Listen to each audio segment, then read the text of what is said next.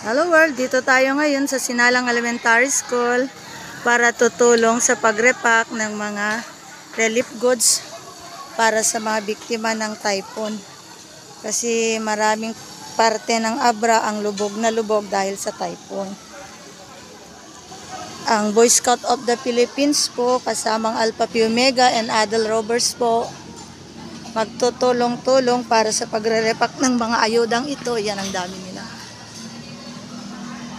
Dahil ongoing ang orientation.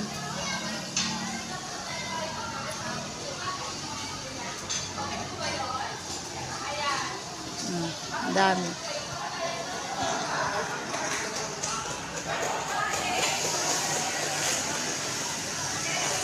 Mga kapwa ko rovers.